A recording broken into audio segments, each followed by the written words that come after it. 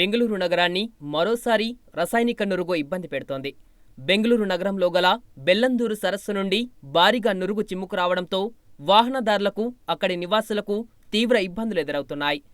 రసాయనిక స్వభావం కలిగి మండే గుణం కలిగిన ఈ నురుగు ప్రజల ఆరోగ్యానికి చాలా ప్రమాదకరం.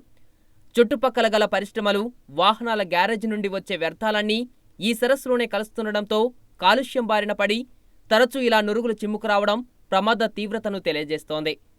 రసాయనిక స్వభావం కల నురుగులు వాతావరణంలో ప్రమాద స్థాయికి చేరుకొని మంటలను కూడా వ్యాపింపజేస్తున్నాయి.